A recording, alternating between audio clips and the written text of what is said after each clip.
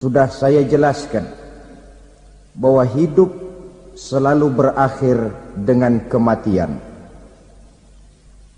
Apabila datang kematian menimpa seseorang, datanglah kiamat baginya. Itu yang disebut dengan kiamat kecil. Hakikatnya mati adalah perpindahan dari kehidupan di dunia ini menuju kehidupan di alam barzakh. Menunggu kita di alam barzakh sampai datangnya saat kiamat, entah 10 tahun, entah 100 tahun, entah 1000 tahun, hanya Allah saja yang maha tahu. Adapun orang-orang beriman yang melakukan amal kebajikan dalam kehidupan di dunia ini, masa penantian yang lama di alam barzakh buat mereka sebentar saja. Tetapi bagi orang-orang kafir yang ingkar, yang tidak beriman kepada Allah, yang hidup di dunia cuma menumpuk-numpuk dosa, tentu penantian di alam barzakh akan merupakan waktu yang sangat lama. Bukankah dalam kehidupan kita waktu itu memang relatif? Contoh misalnya, bagi pemuda-pemudi yang sedang duduk asyik memadu cinta, waktu 4-5 jam saja rasanya cuma 4-5 menit. Tenggelam oleh keasikan. Tapi buat orang yang berbaring di rumah sakit, meratap di balik-balik apa itu tembok derita kata lagu, di balik dinding-dinding penjara, sehari bagai seminggu, seminggu rasa sebulan, sebulan boleh jadi rasa setahun. Penantian yang sangat lama. Kapan kiamat itu akan datang? Ini rahasia Allah. Jangankan kita yang orang awam, baginda Nabi sendiri tidak diberitahu oleh Allah kapan kiamat itu akan terjadi.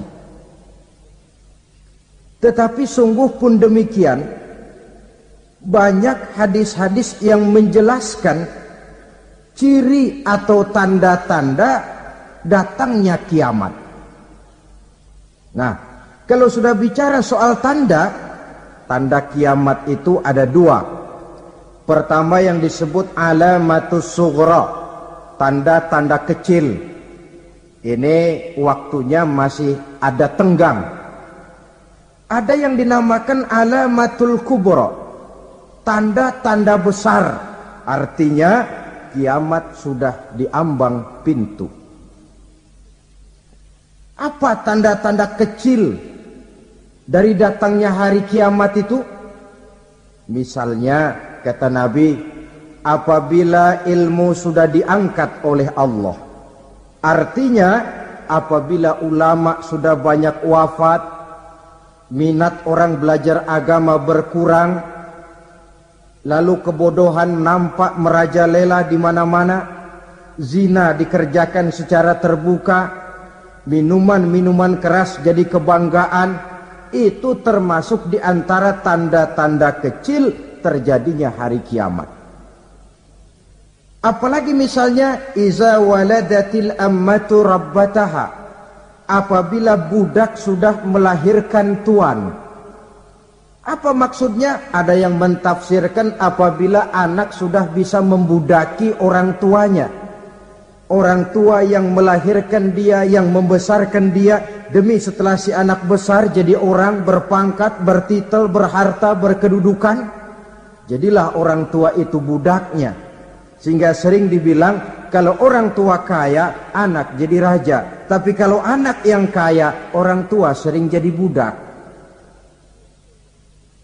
Apalagi munculnya fitnah yang bergelombang, timbul perang antara 2 bangsa yang besar, waktu berjalan terasa sangat pendek sekali. Itu merupakan tanda di antara tanda-tanda kiamat. Termasuk di dalamnya sulit membedakan mana laki, mana perempuan. Kan kalau tanda-tanda kayak begini sekarang sudah banyak kita lihat kan. Ulama banyak wafat, penggantinya sulit. Zina dikerjakan berterang-terangan, minuman keras jadi kebanggaan. Banyak anak membudaki orang tuanya, sulit membedakan mana laki mana perempuan. Kadang-kadang dari belakang kita lihat perempuan bener, begitu kita colek nengok jenggotan.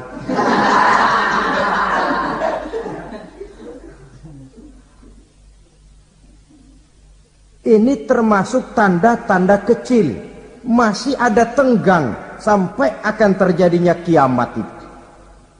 Nah, yang dimaksud dengan tanda-tanda besar, ini tanda besar artinya kiamat sudah di ambang pintu. Pertama, matahari terbit dari sebelah barat. Apabila matahari sudah terbit dari arah sebelah barat, tertutuplah sudah pintu taubat. Bersabda Nabi kita, la taqumus sa'atu hatta tatlu'a syamsu min maghribiha. Tidak akan datang hari kiamat sampai matahari terbit dari arah sebelah barat. Fa iza tala'at, manakala matahari telah terbit dari arah sebelah barat, wa ra'ahan nasu, manusia banyak menyaksikan itu, amanu ajma'un, mereka pun lalu beriman. Yang tadinya kafir, yang tadinya ingkar, yang tadinya membangkang, setelah melihat matahari terbit dari sebelah barat, buru-buru beriman, berlomba-lomba mengucap 2 kalimat syahadat. Tapi apa yang terjadi? Kata Nabi, wa dzalika hina la yanfa'u nafsan imanuha lam takun amanat min qabl. Hari itu adalah hari yang iman sudah tidak berguna lagi bagi seseorang apabila sebelumnya memang dia tidak pernah beriman. Au kasabat fi imaniha khaira, atau beriman tetapi tidak pernah melakukan kebajikan di dalam keimanannya itu. Hari yang sudah kasib, hari yang sudah terlambat, beriman tidak akan ada gunanya lagi. Ini pelajaran buat kita. Sebelum sang surya terbit dari sebelah barat, sebelum nafas sampai di tenggorokan, artinya pintu taubat masih terbuka. Kalau 2 hal itu sudah terwujud, nafas sudah sampai di kerongkongan, atau matahari sudah terbit dari arah sebelah barat, tertutuplah sudah pintu taubat. Tak ada lagi gunanya pangkat, jabatan, harta, bahkan beriman pun dalam suasana macam itu. Too late, kata orang Kulon. Sudah terlambat. Matahari terbit dari arah sebelah barat. Itu tanda besar, artinya kiamat sudah di ambang pintu. Lalu apalagi tanda besar? Munculnya Dajjal. Dajjal artinya pendusta-pendusta yang menyesatkan manusia. Ada 2 macam Dajjal, saudara. Ada Dajjal kecil. Ini Dajjal kelas teri. Kalau ini sejak zaman Rasulullah sudah ada itu. Tiap zaman ada. Di zaman Rasulullah misalnya ada yang bernama Aswad al-Unsi dari Yaman. Ada yang namanya Musailamah al-Kazzab dari Yamamah. Ada yang namanya Ibnu Sayyad dari Madinah. Ini Dajjal-Dajjal di zaman Rasul. Musailamatul Kazzab memproklamirkan diri jadi nabi dia. Di zaman Rasul masih hidup. Ini Dajjal zaman Nabi. Di zaman sahabat muncul Dajjal-Dajjal. Di zaman kita sekarang ini Dajjal-Dajjal pun gentayangan. Dajjal-Dajjal kelas teri. Kerjanya mendustakan manusia, menyesatkan manusia, memalingkan manusia dari jalan yang benar dan diridhoi oleh Allah Subhanahu wa taala. Adapun yang merupakan tanda besar dari datangnya kiamat, dajjal-dajjal kelas kakap, pembohong-pembohong besar yang menyesatkan masyarakat manusia berpaling dari jalan Allah mengikuti jalan mereka. Apa sih ciri dajjal itu? Kata Nabi dalam hadis Bukhari Muslim, innad dajjala, sesungguhnya yang namanya dajjal itu yakhruju, satu saat akan muncul mendekati hari kiamat, wa inna ma'ahu ma'an, si dajjal ini membawa air, wanaran, dan juga membawa api. Dua simbol. Di tangan yang satu dia bawa air, di tangan yang satu dia bawa api.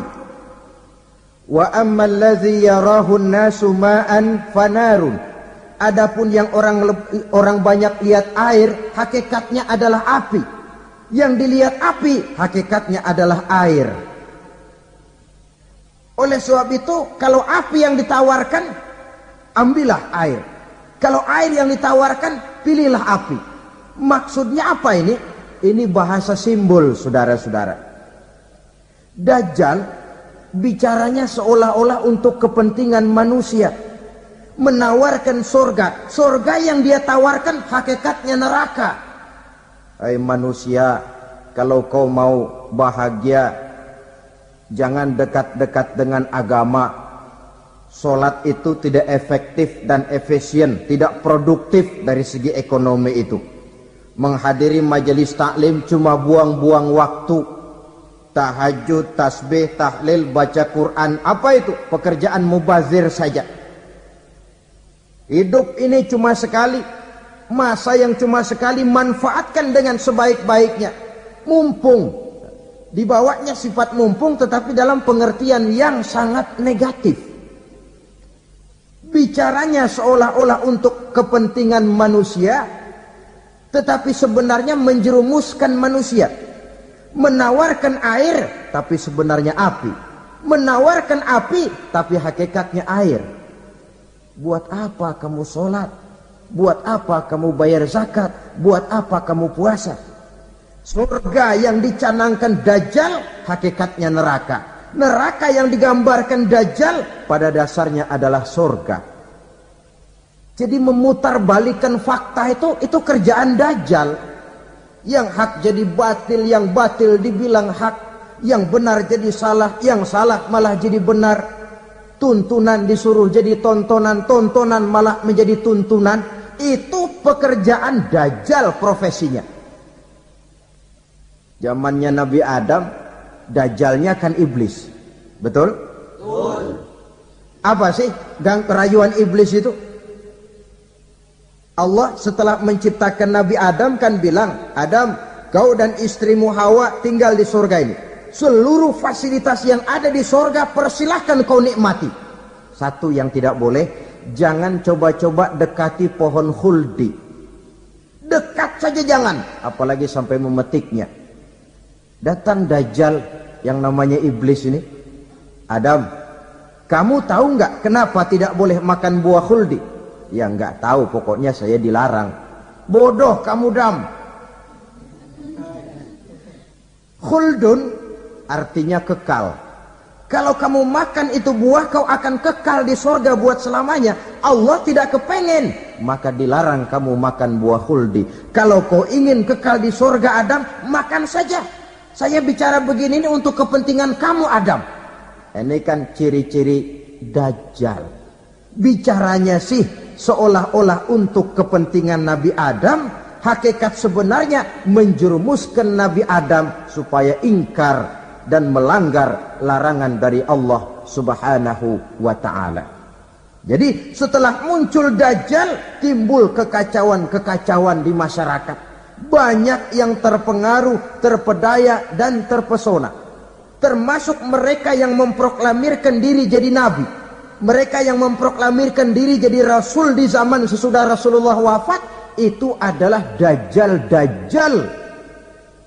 Maka saya ingatkan, kalau di zaman kita sekarang ini ada orang ngaku jadi nabi, ada orang ngaku jadi rasul, biar bahasa Arabnya kental, Quran hafal, hadis ribuan hadis hafal, biar pakai serban sampai menyengser ke tanah, bahasa Arabnya fasih, tapi dia mengaku jadi nabi, jadi rasul, kita umat Islam wajib tidak percaya. Wajib untuk tidak percaya. Itulah dajjal-dajjal zaman kita sekarang ini. Tidak mustahil mereka datang mempengaruhi orang-orang awam supaya berpaling dari Rasulullah, mengikuti mereka.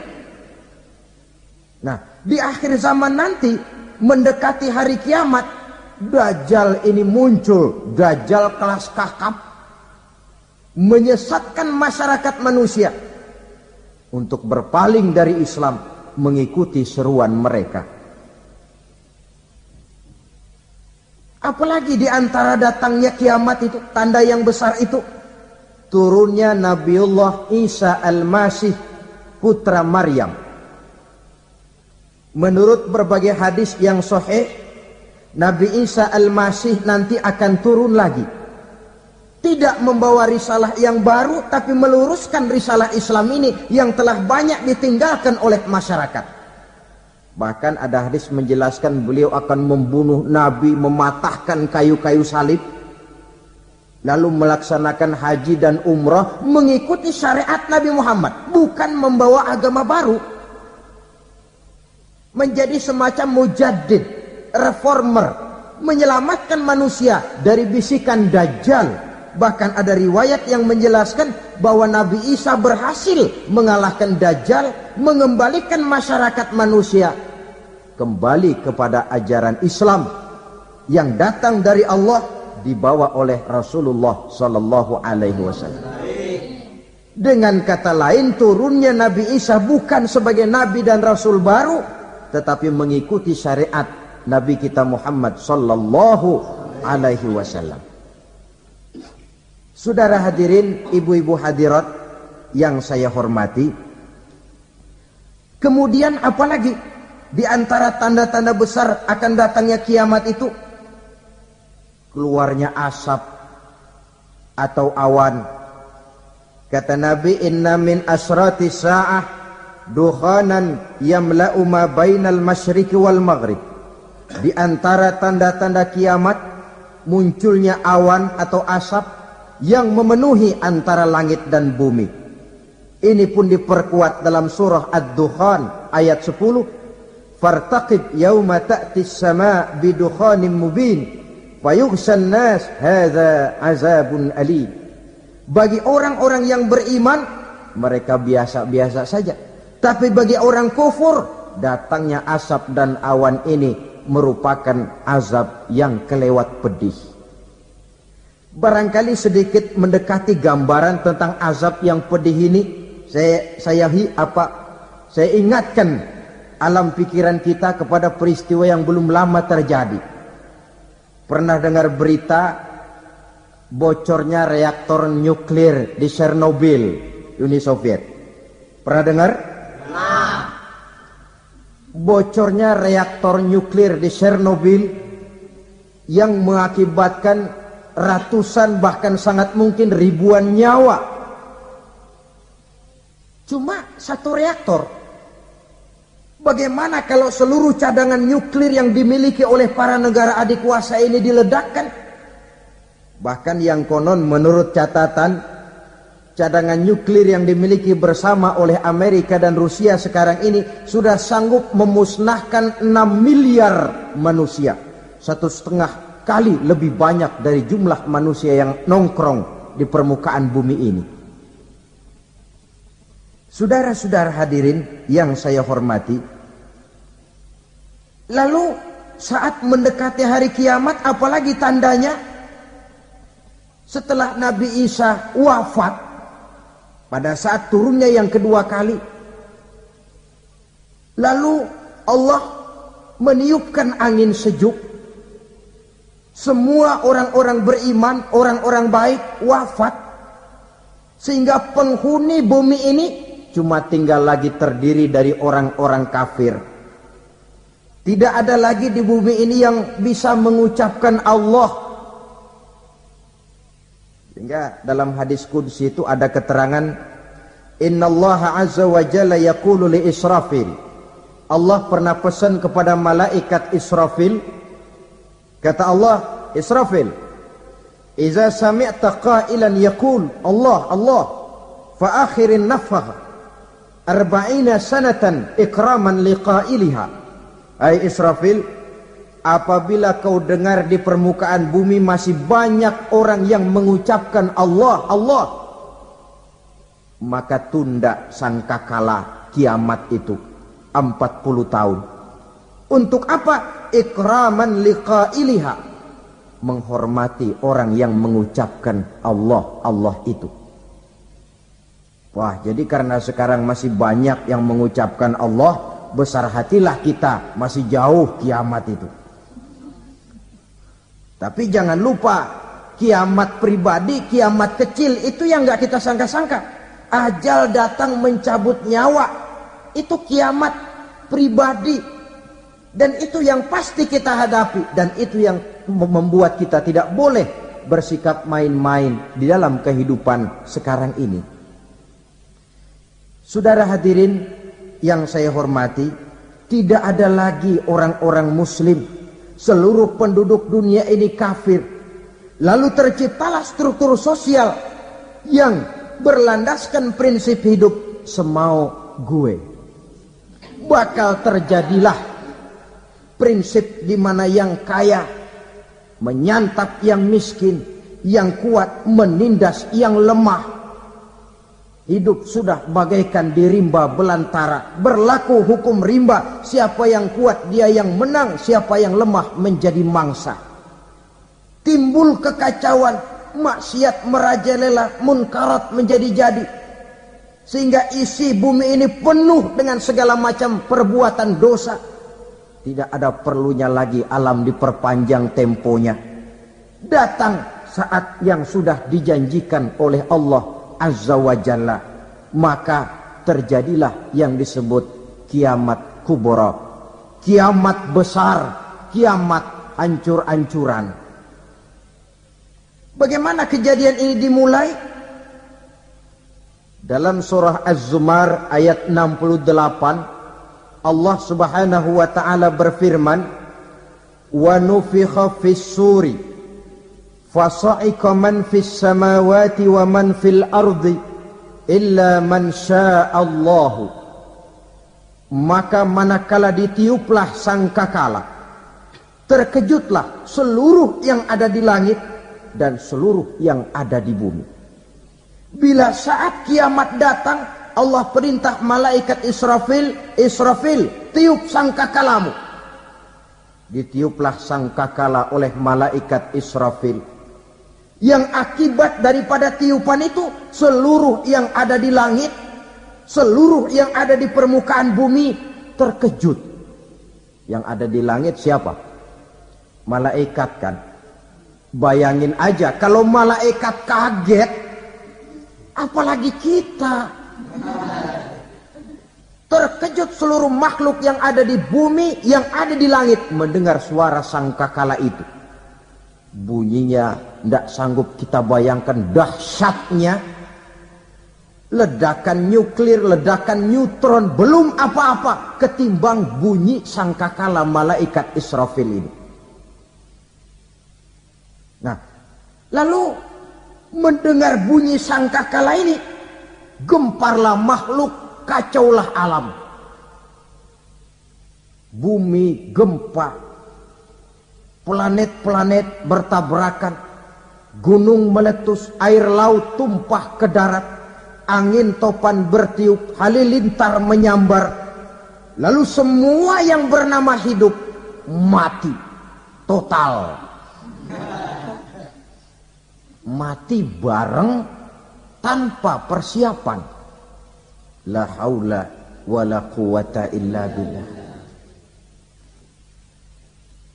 Saya kadang-kadang dalam tafakur bermohon, ya Allah, mudah-mudahan saya enggak nemuin kiamat beneran. Ngeri. Tidak bisa kita bayangkan macam apa suasana seperti itu. Allah saja banyak memberikan gambaran, misalnya Al-Qari'ah, wa mal qari'ah, wa ma adraka mal qari'ah. Kejadian yang menggemparkan. Tahukah kamu apa kejadian yang menggemparkan itu? Yauma yakunun nasu kal farasil mabsus wa takunul jibalu kal ihnil manfus. Pada saat itu manusia berterbangan bagai kupu-kupu. Gunung berterbangan seperti kapas ditiup angin. Gunung saja macam kapas, konon lagi manusia. Kematian total, mulai semut sampai gajah mati. Jin mati, iblis mati, malaikat mati. Malaikat saja mati. Saudara hadirin yang saya hormati, kematian total yang tanpa persiapan. Orang bilang, Pak, kalau mati bareng begitu yang repot malaikat maut dong ya. Cabut sana, cabut sini. Itu kalau menurut logika kita. Mestinya begitu menurut logika. Tapi logika juga yang bilang, enggak perlu serepot itu. Sebab untuk mematikan listrik di wilayah DKI, di wilayah Jakarta, enggak perlu tiap rumah didatengin, matiin, ya lama. Cukup dari kantor pusatnya saja PLN, tekan satu tombol, gelaplah seluruh Jakarta. Saudara hadirin yang saya hormati, kematian total. Lalu setelah kematian total, planet-planet juga mati, dalam arti tidak bergerak dan beredar. Angin mati, dalam arti tidak bertiup. Air mati, dalam arti tidak ada riak gelombang. Pokoknya semua mati. Kullu nafsin za'iqatul maut, semua yang bernafas mati. Dalam ayat lain, kullu man 'alaiha fan, semua yang ada di permukaan bumi fana. Yang kekal cuma Allah Subhanahu wa ta'ala. Yang paling belakang mati malaikat maut dan malaikat Israfil. Tapi mati juga sesuai dengan janji Allah.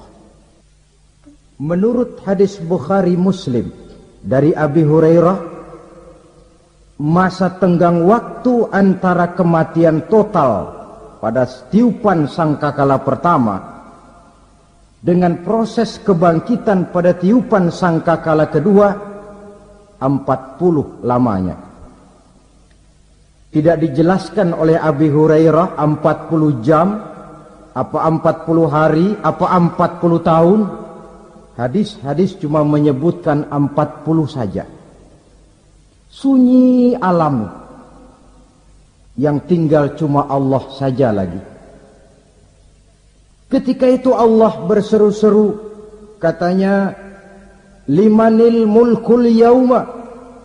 Siapa para penguasa hari ini? Mana itu raja-raja dan penguasa yang dulu mengaku jadi Tuhan? Fir'aun. Mana Fir'aun sekarang? Yang dulu jadi raja, merasa berhasil, sombong, lalu tidak mau turun-turun dari kekuasaannya, sampai kepada puncak kekurang ajarannya mengangkat diri jadi Tuhan. Mana itu Fir'aun? Namrus. Mana sekarang Namrus? La ilaha illa ana. Ternyata tidak ada Tuhan lain selain daripada aku, kata Allah. Proses kemudian, saudara-saudara, turunlah hujan dari langit. 40 lamanya hujan itu. Tidak jelas juga 40 jam apa 40 hari. Setelah air turun membasahi, datanglah tiupan sangkakala yang kedua. Semua yang bernama mati bangkit dari kuburnya masing-masing. Ini yang disebut yaumul ba'tsi, hari kebangkitan. Allahu Akbar. Pada saat kita bangkit dari kubur kita masing-masing, kumpul di padang mahsyar namanya. Bayangin aja, saya sendiri nggak sanggup bayangin. Manusia sejak zaman Adam sampai zaman kiamat kumpul bareng di tempat sama. Berapa banyaknya itu?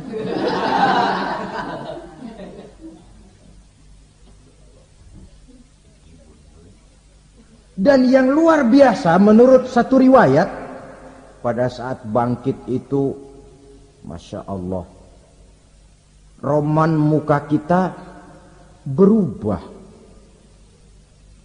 disesuaikan dengan amalan kita waktu di dunia ini.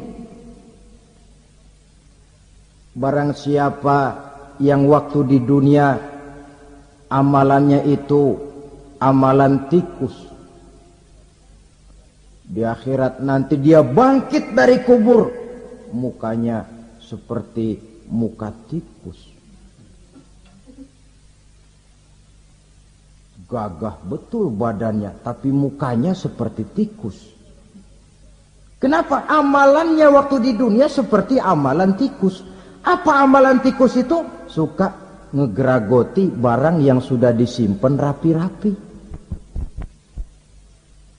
Orang sudah simpan uang rapi-rapi, simpan perhiasan rapi-rapi, digeragoti oleh tikus. Maling-maling, pencoleng-pencoleng, koruptor-koruptor, itu nanti di akhirat nanti kita lihat mukanya seperti muka tikus. Oh, ini waktu di dunia suka nyolong, mukanya seperti muka tikus. Barang siapa yang waktu di dunia ini amalannya itu amalan macan, dia akan bangkit nanti mukanya seperti muka macan. Apa amalan macan? Macan itu amalannya menang-menangan. Orang yang mau menang saja nggak mau mengalah. Coba lihat di hutan. Kenal hutan nggak? Nah. Di hutan, raja hutan di mana-mana pasti macan. Betul kan? Betul. Padahal hutan belum pernah bikin pemilihan umum.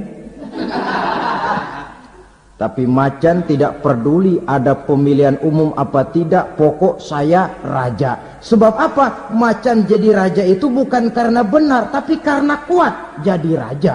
Setelah dia jadi raja, rakyat hutan yang mesti dilindungi malah dimakan oleh raja macan. Kambing rakyat hutan dimakan oleh macan. Ayam rakyat hutan dimakan oleh macan. Itu nanti kita lihat di akhirat itu mukanya seperti muka macan, gagah betul. Lalu barang siapa yang di dunia ini amalannya itu seperti amalan anjing, nanti dia punya muka seperti muka anjing. Apa amalan anjing? Pertama, anjing itu kalau disuruh jaga rumah, dia tidak bisa membedakan mana maling, mana tamu. Biar yang datang maling, kalau bawa tulang, anjing kalem. Yang kedua, anjing itu akan setia kepada siapa saja yang memberinya roti. Siapa yang memberinya roti, itulah majikannya. Apa kata majikannya, pasti dia laksanakan. Soal benar atau salah, dia tidak peduli. Setelah anjing dapat roti, dia tidak punya pilihan lain kecuali bilang, abdi mah kumaha juragan wae ayeuna mah.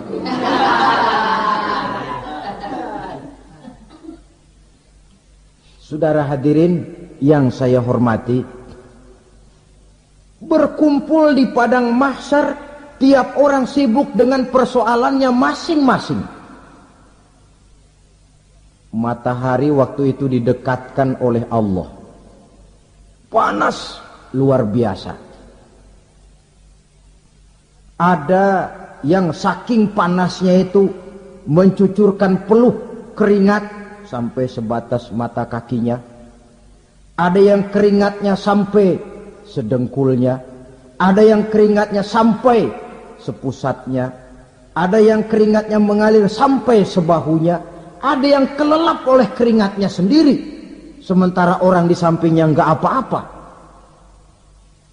Bergantung lagi amalan dia waktu di dunia ini.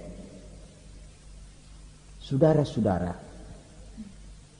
sebagian orang dalam kepanikan padang mahsyar berombong-rombong datang mereka menghadap Nabi Adam. Ya Adam, anta abal bashar. Hai Adam, Tuhan adalah bapak moyang manusia. Kami sebentar lagi akan disidang, dimintakan pertanggungan jawab. Tolonglah kami, hai Adam. Kata Nabi Adam, jangankan nolongin sampean, saya sendiri tanggung jawab di hadapan Allah ketika dulu tidak boleh makan khuldi, saya serobot. Sudahlah, urus diri masing-masing saja, nafsi. Begitu kata Nabi Nuh, begitu kata Nabi Ibrahim. Tiap orang bertanggung jawab sendiri-sendiri. Ketika itulah saudara-saudara, nikmatnya menjadi umat Nabi besar Muhammad sallallahu alaihi wasallam. Sebab apa? Walaupun menurut abjad kita ini umat paling belakang, karena paling belakang kita ini toh, karena Nabi Muhammad adalah Nabi akhir, tapi akan dihisap lebih dulu, lewat di atas sirat lebih dulu, masuk surga lebih dahulu ketimbang umat-umat belakangan. Ketika Rasul mendekati ajal, beliau tanyakan itu kepada malaikat Jibril. Malaikat Jibril berkata, Muhammad jangan khawatir, Allah sudah berjanji, inni haramtul jannata ala sairil anbiya hatta tadkhulaha anta, wa haramtuha ala sairil umami hatta tadkhulaha ummatuka. Surga aku haramkan buat seluruh nabi kecuali kalau engkau Muhammad sudah masuk ke dalamnya, dan surga aku haramkan buat seluruh umat kecuali kalau umatmu Muhammad sudah masuk ke dalamnya.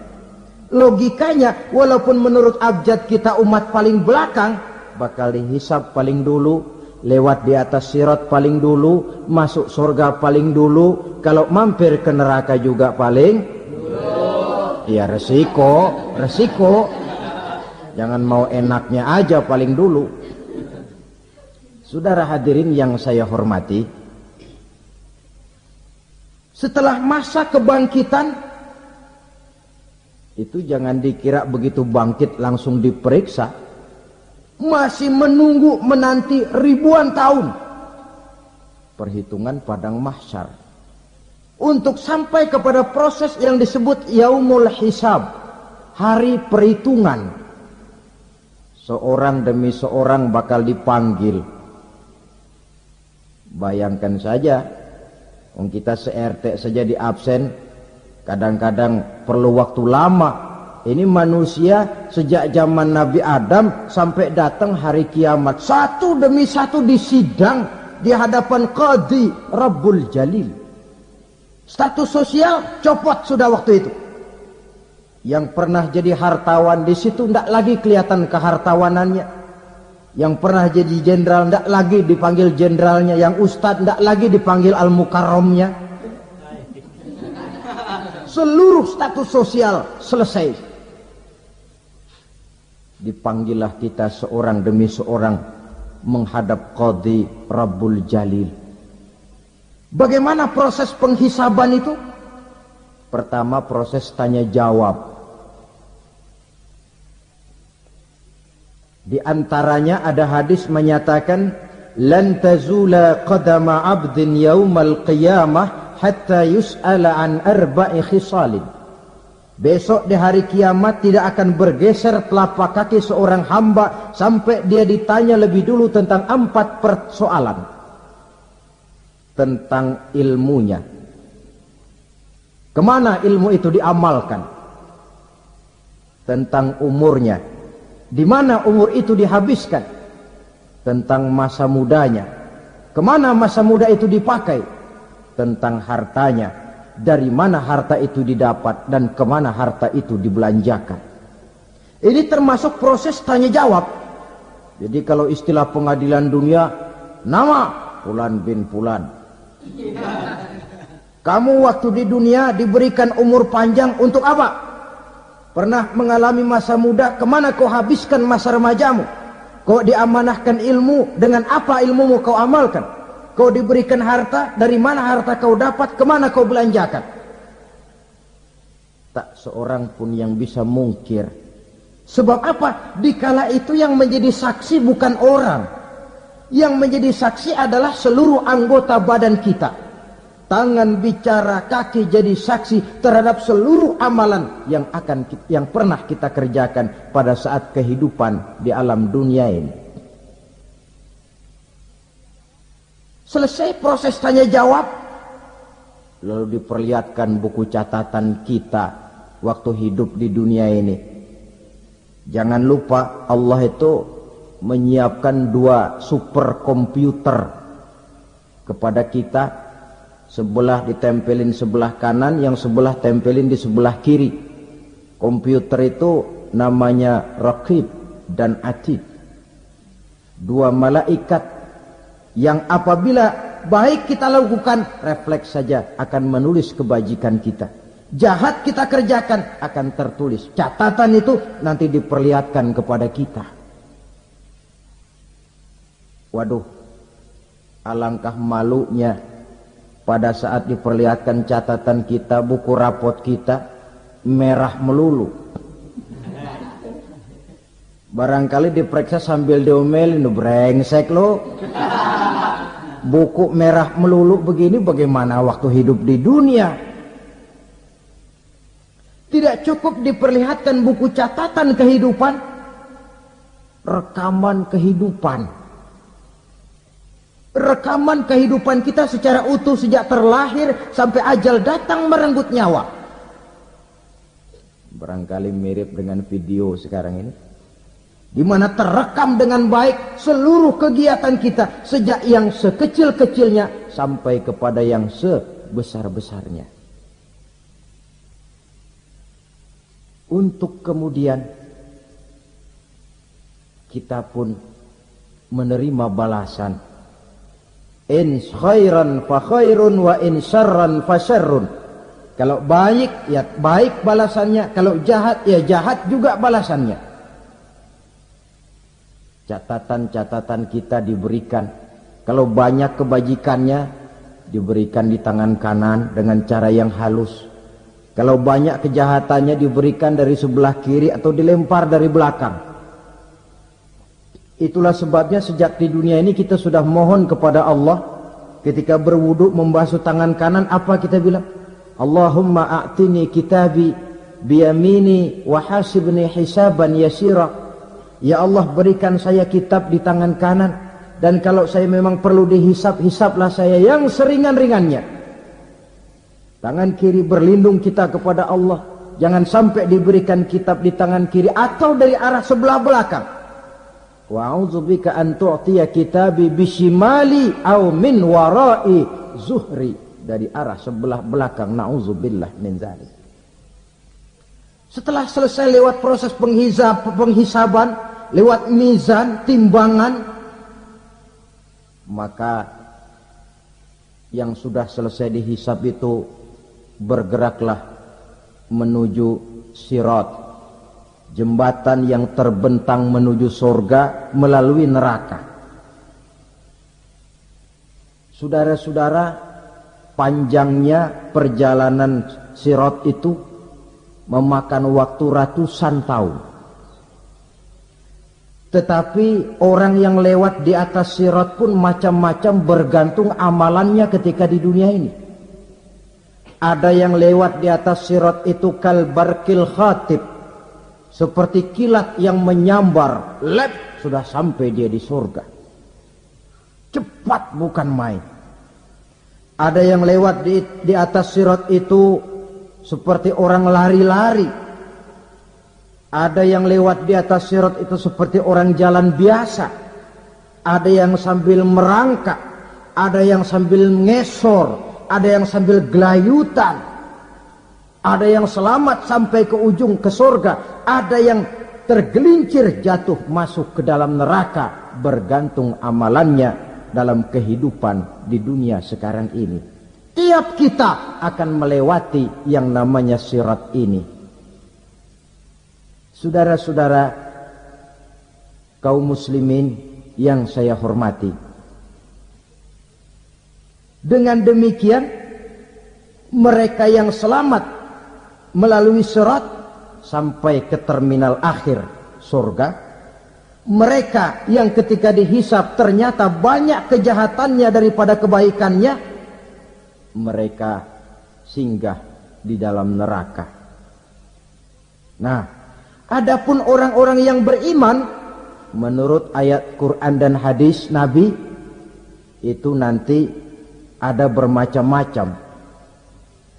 Ada orang beriman itu yang dimasukkan surga. Ada orang beriman itu yang dimasukkan ke dalam surga. Ada orang beriman itu yang disebut penduduk surga. Kenapa lain-lain, Pak? Karena waktu di dunia amalannya juga lain-lain. Ada orang beriman yang masuk surga. Ini paling murah tiketnya. Mau masuk surga? Kata Nabi begini, "Ma min abdin qala la ilaha illallah thumma mata ala dhalik illa dakhala al-jannah."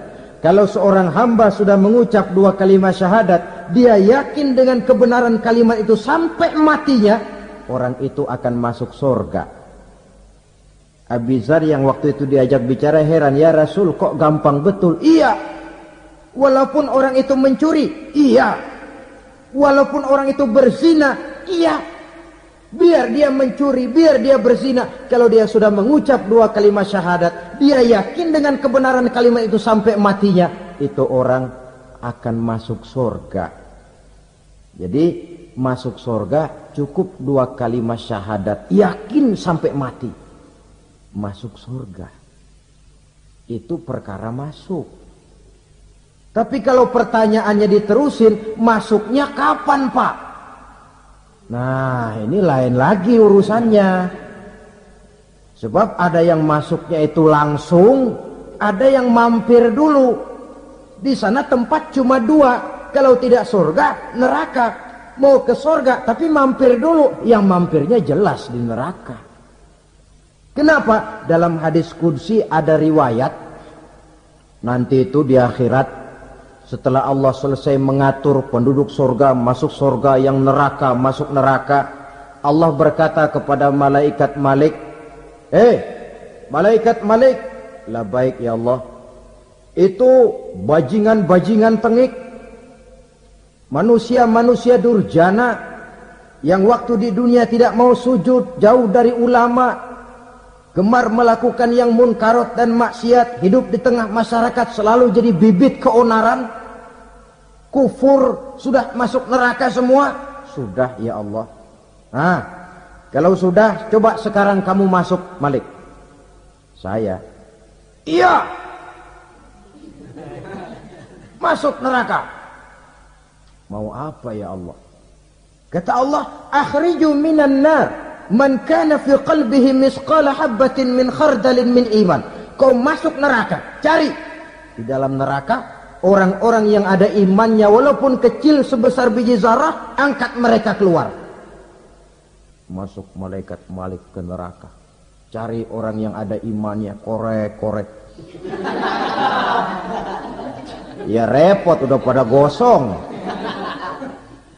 Yang ada imannya diangkat ke atas, yang ada imannya diangkat ke atas, lalu dimandikan di Nahrul Hayat, namanya sungai kehidupan di akhirat nanti. Cakep lagi rupanya, bersih lagi wajahnya, apel di hadapan Allah. Kata Allah, bagaimana mas? Kapok nggak sampean? Kapok ya Allah. Nah, kalau kapok, idhab fadkhulil jannah, pergi masuk surga sana. Berangkat mereka ke surga, ketemu sama teman-temannya yang udah sampai lebih dulu, yang nggak pakai mampir lagi. Terjadi dialog, Kata teman-temannya yang udah pada nyampe duluan, Mas, iya, emang baru sampai? Saya baru sampai. Memang mampir di mana dulu, Mas? Kita sudah lama sampai di surga.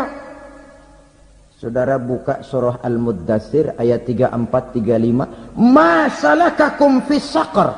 Kenapa kamu mampir di neraka Saqar? Qalu lam naku minal musallin. Mereka menjawab, kami mampir di neraka Saqar, Mas, gara-gara dulunya kami waktu di dunia tidak pernah sholat. Tidak pernah sholat? Tidak pernah.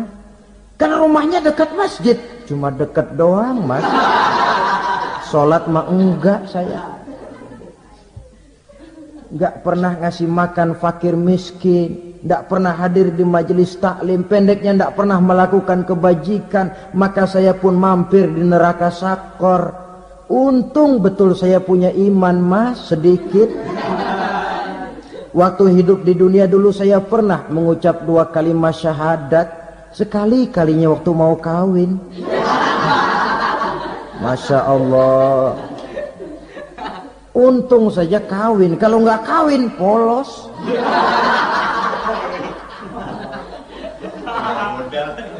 Itu juga penghulu sudah setengah mati ngajarin. Asyhadu alla, asyaduaan, asyaduaan.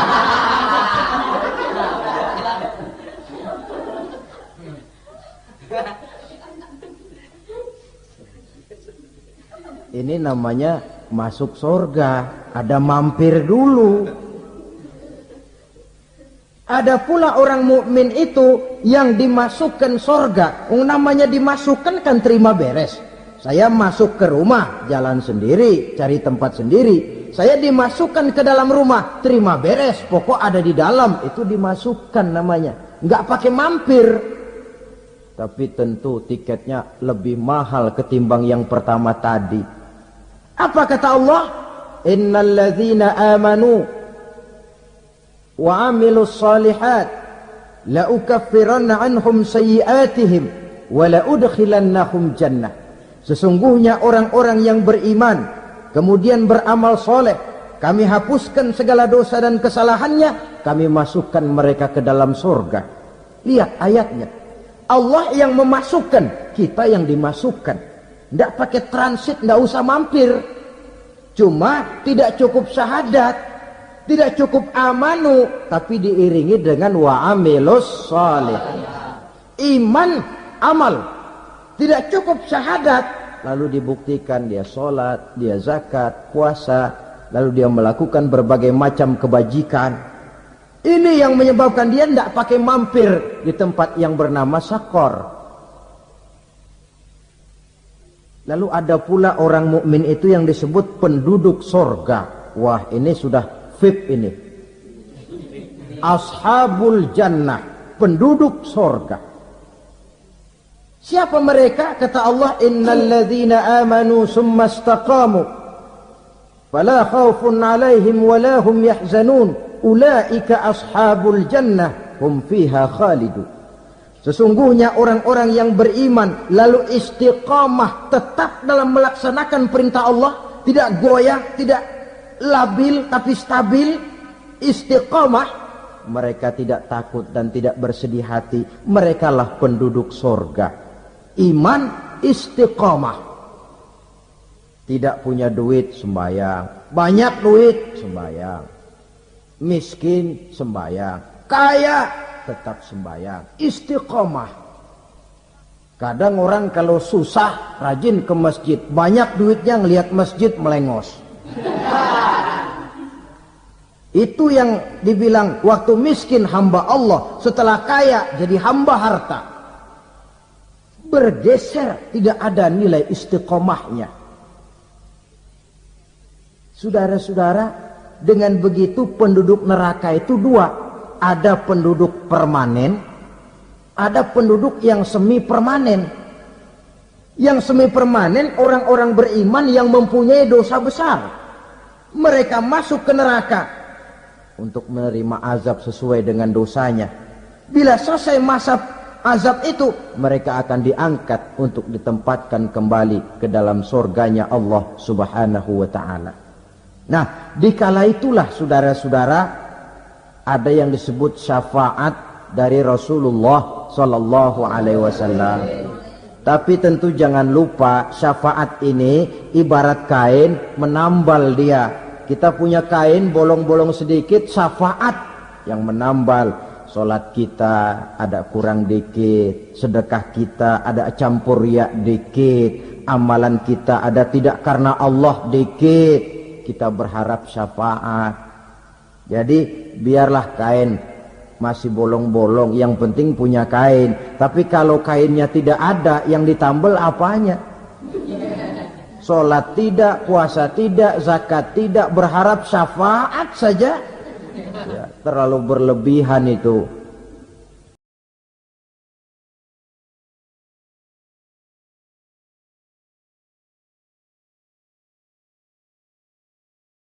Tujuh macam perkara yang merusak akidah dan keimanan, merusak amal perbuatan yang sudah kita kerjakan, merusak sendi-sendi kehidupan sosial, pendek kata merusak segala hal di dalam kehidupan kita. Jauhilah olehmu tujuh macam perkara yang merusak. Yang pertama, asyirku billah, menyekutukan Allah Subhanahu wa ta'ala.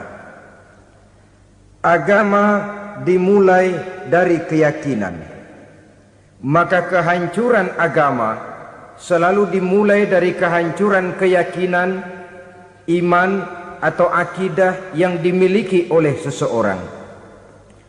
Dan untuk menghancurkan nilai-nilai iman yang kita miliki ini, orang rasanya tidak akan menghantam kita dengan peluru kendali. Orang tidak akan mengirimkan nuklir ke sini. Orang tidak juga akan mengirimkan satuan militernya ke sini. Untuk menghancurkan nilai-nilai iman, dibanjiri kita dengan paham-paham yang merusak dan mendangkalkan akidah. Baik ia bernama materialisme, baik ia bernama sekularisme, baik ia bernama banjirnya maksiat dan munkarat, baik ia bernama banjirnya peradaban dan kebudayaan yang menghancurkan moral daripada anak-anak kita. Sedikit demi sedikit melenturkan dan melunturkan nilai-nilai keimanan kita, untuk kemudian pada waktunya nilai iman itu akan bertukar dan berganti menjadi nilai syirik kepada Allah Subhanahu wa ta'ala. Atau pada sisi lain menjadikan yang selain Allah sebagai tujuan akhir daripada kehidupan kita. Sedangkan kita sama-sama maklum bahwa di dalam pandangan agama Islam, dosa yang tidak berampun, dosa yang terbesar, termasuk dalam kategori bapak moyangnya dosa, tidak lain adalah syirik, yakni menyekutukan Allah Subhanahu wa ta'ala. Pola penghancuran iman ini memang berstrategi. Ditawarkan kita kepada paham materialisme, paham kebendaan, di mana otak menempati urutan sebagai ranking pertama, Tuhan jatuh pada urutan kedua. Lalu menyusul kepada paham sekularisme, Allah dipisahkan dari seluruh kegiatan hidup ini, untuk pada gilirannya menjadikan yang selain Allah sebagai tujuan akhir daripada seluruh kegiatan hidup kita. Oleh karenanya, kewajiban menjaga nilai-nilai iman ini merupakan kewajiban yang mulia tetapi berat. Tidak hanya untuk kita, tetapi juga bagaimana mewariskannya kepada anak-anak kita, generasi yang akan datang. Orang-orang tua bijaksana yang diceritakan di dalam Al-Quran, kalau sudah berpikir tentang anak-anaknya, pertanyaan yang paling mereka risaukan ialah, ma ta'buduna min ba'di. Anakku, kalau pada satu saat aku, ayahmu sudah tidak ada lagi di dunia ini, meninggalkan kamu semua, ma ta'buduna min ba'di, apa yang akan kamu sembah nak? Jikalau sekarang ayahmu masih mau ke masjid, masih mau melakukan rukuk dan sujud, masih beribadah menyembah Allah Subhanahu wa ta'ala. Kalau orang tuamu sudah tidak ada, ma ta'buduna min ba'di, masihkah engkau mau datang ke masjid? Masihkah engkau mau rukuk dan sujud? Masihkah engkau mau menyembah Allah Subhanahu wa ta'ala? Pertanyaan ini yang dipikirkan oleh Nabi Yakub kepada putra-putranya. Pertanyaan ini yang diteruskan oleh Nabi Ibrahim kepada anak-anaknya. Pertanyaan ini yang diwariskan oleh generasi ulama salafus saleh kepada para generasi berikutnya. Bagaimana kita generasi sekarang? Kita orang-orang tua sekarang bukan berfikir ma ta'buduna min ba'di, malah yang kita fikirkan ma ta'kuluna min ba'di. Kalau bapak tidak ada nanti kamu makan apa nak? Perkara kamu nyembah apa urusan nomor 18. Yang penting kamu nanti hidup bisa makan nak. Maka kita sibuk mewariskan harta kepada anak-anak kita. Kita sibuk mewariskan kebun dan tanah kepada anak-anak kita. Kita sibuk mewariskan pabrik kepada anak-anak kita. Sementara kita lupa mewariskan intan yang paling mahal, mewariskan mutiara yang paling berharga, yaitu nilai iman kepada Allah Subhanahu wa ta'ala. Alangkah baiknya apabila warisan harta, warisan tanah dan kebun, warisan rumah dan pabrik didasari lebih dahulu dengan mewariskan nilai iman kepada Allah Subhanahu wa ta'ala. Sebagai orang-orang tua, kita boleh bersedih kalau anak kita tidak mengerti komputer. Kita boleh bersedih kalau anak kita tidak mengerti matematika. Kita boleh bersedih kalau anak kita tidak mengerti bahasa Inggris. Tapi sewajarnya lebih bersedihlah kita orang tua jikalau mempunyai anak yang tidak kenal Allah sebagai Tuhannya, yang kemudian tidak mau rukuk dan sujud kepada Allah Tuhannya. Itulah kemalangan yang paling malang bila kita meninggalkan generasi yang tidak bertauhid kepada Allah Subhanahu wa ta'ala. Betapapun anak kita tidak ngerti komputer, saudara, paling-paling kerugiannya cuma kerugian dunia. Masuk dia ke alam barzakh, munkar nakir tidak akan sempat tanya kau belajar komputer apa tidak. Kumpul dia di padang mahsyar, malaikat juga tidak akan tanya matematikamu nilainya berapa. Yang ditanya kau kenal Allah, kau rukuk dan sujud kepadanya, kau pernah datang ke masjid. Oleh karena itu sekali lagi, menjaga nilai iman tidak hanya untuk kita, tetapi juga mewariskannya kepada anak-anak kita generasi yang akan datang. Sungguh kemalangan yang paling besar apabila kita meninggalkan anak-anak kita. Mereka kita tinggalkan lemah ekonominya, itu tidak baik. Mereka kita tinggalkan lemah otaknya, itu pun akan membuat mereka tertinggal oleh yang lain. Tapi yang paling celaka jikalau kita tinggalkan mereka dalam kondisi lemah imannya, rapuh akidahnya, tidak baik dan tidak betul keyakinan hidupnya. Oleh karena itu Nabi berpesan, jauhilah 7 perkara yang merusak. Yang pertama, syirik kepada Allah Subhanahu wa ta'ala. Menyekutukan Allah baik dalam ucapan, dalam keyakinan ataupun dalam perbuatan. Ini perkara pertama yang termasuk 7 perusak besar di dalam kehidupan. Kalau sudah jatuh kita ke lembah syirik, bagaimanapun banyak kebaikan yang kita kerjakan, berjiwa sosial, bertangan pemurah, gemar menolong orang lain, kalau memang dasarnya syirik, maka seluruh kebaikan kita akan hancur, tidak akan ada nilainya dalam pandangan Allah Subhanahu wa ta'ala. Dalam pandangan manusia mungkin kita dicatat sebagai orang sosial, gemar menolong orang lain, tidak berpangku tangan melihat orang yang mendapat kesulitan.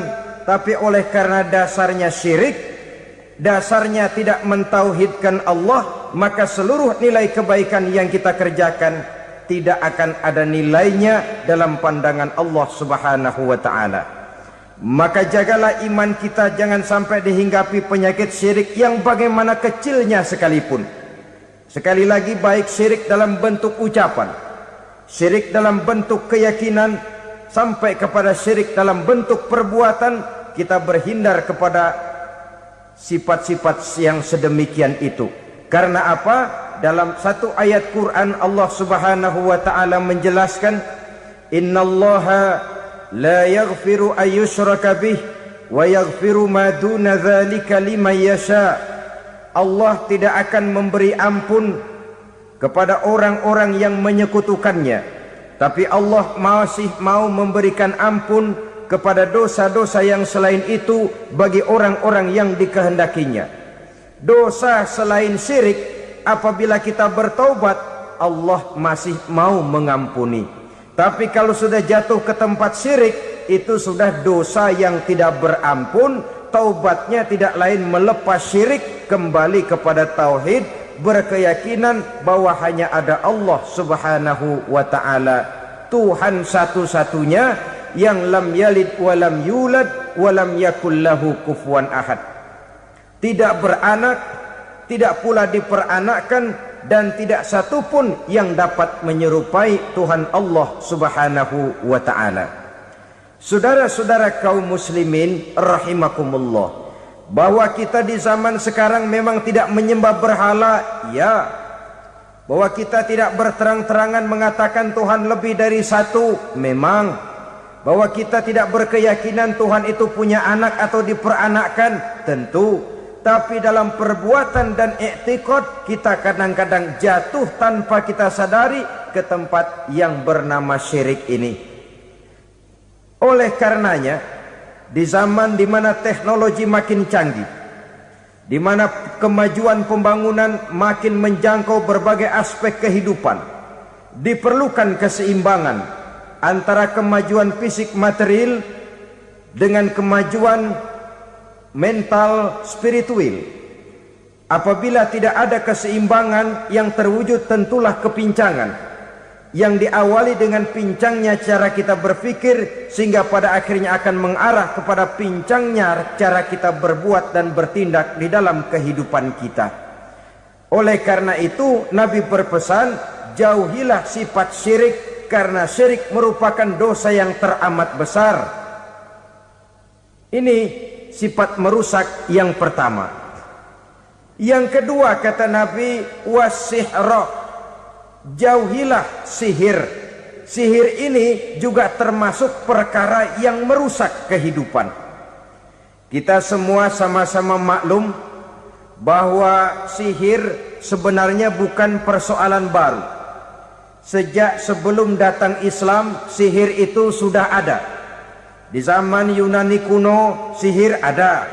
Di zaman Mesir kuno, di zaman Cina kuno, dan yang lain-lain yang serba kuno, sihir itu sudah ada. Bahkan para nabi pun, para rasul yang diutus oleh Allah Subhanahu wa ta'ala, senantiasa berhadapan dengan ahli-ahli sihir untuk menguji kebenaran dari misi yang mereka bawa. Sihir adalah perbuatan di luar kebiasaan yang bisa dikerjakan oleh ahlinya dengan bantuan jin atau setan.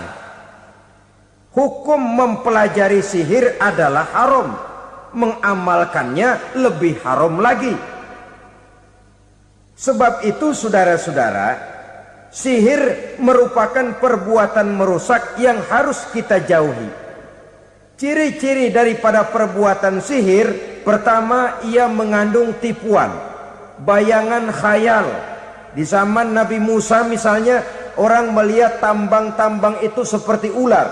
Nabi Musa melayangkan tongkatnya menjadi ular-ular besar yang memakan ular-ular kecil ciptaan tukang-tukang sihir Fir'aun tadi.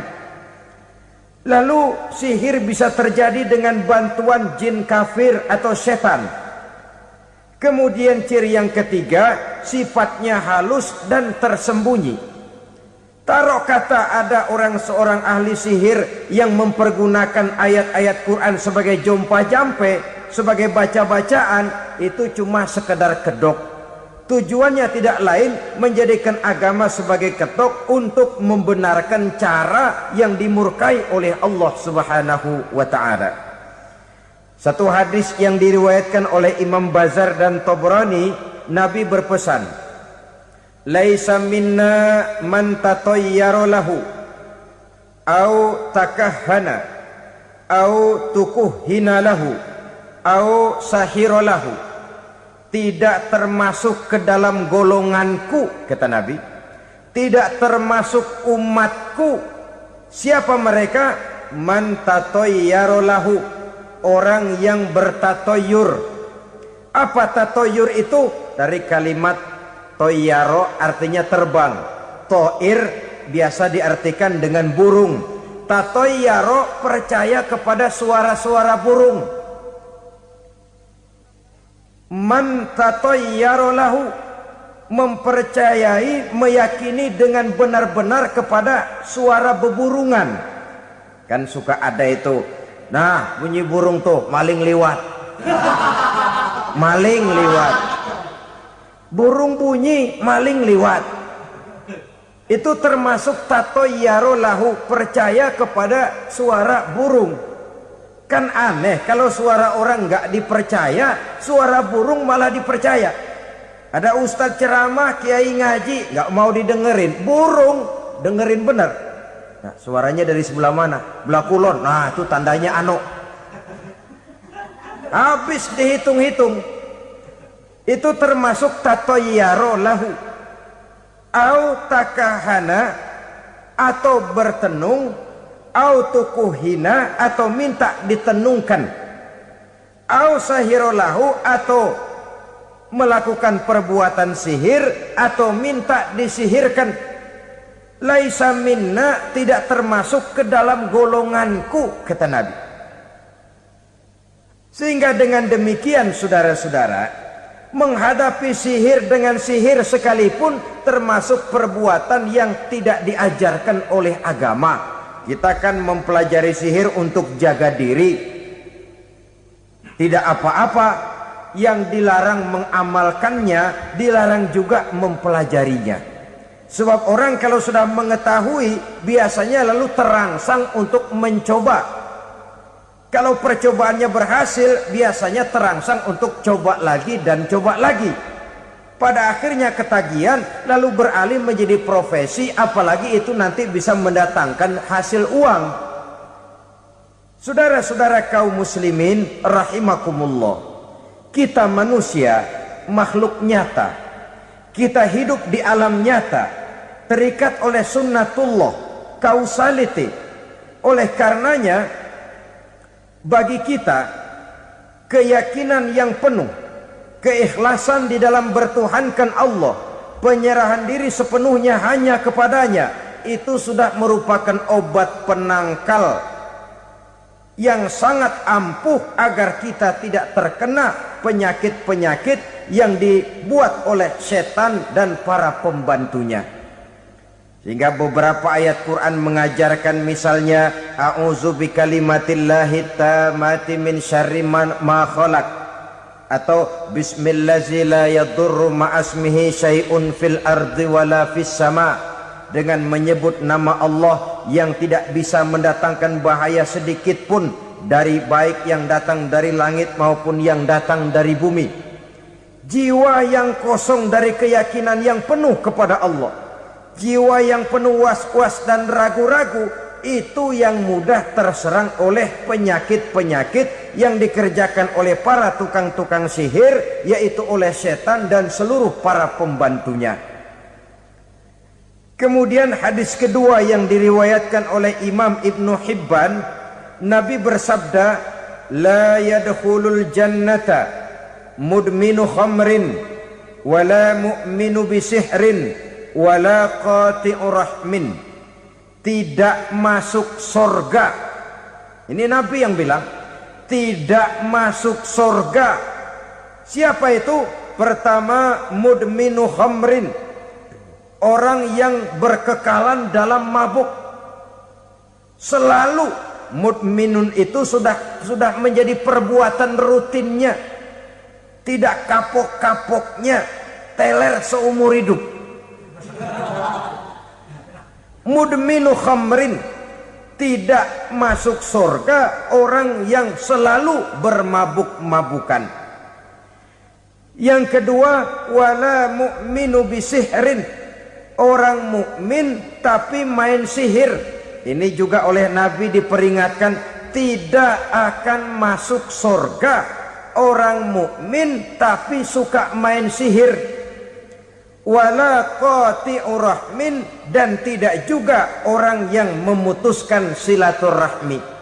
3 macam manusia yang diperingatkan Nabi tidak akan masuk surga: orang yang selalu mabuk, orang mukmin yang main sihir, dan orang yang memutuskan silaturahmi. Saudara-saudara kaum muslimin rahimakumullah.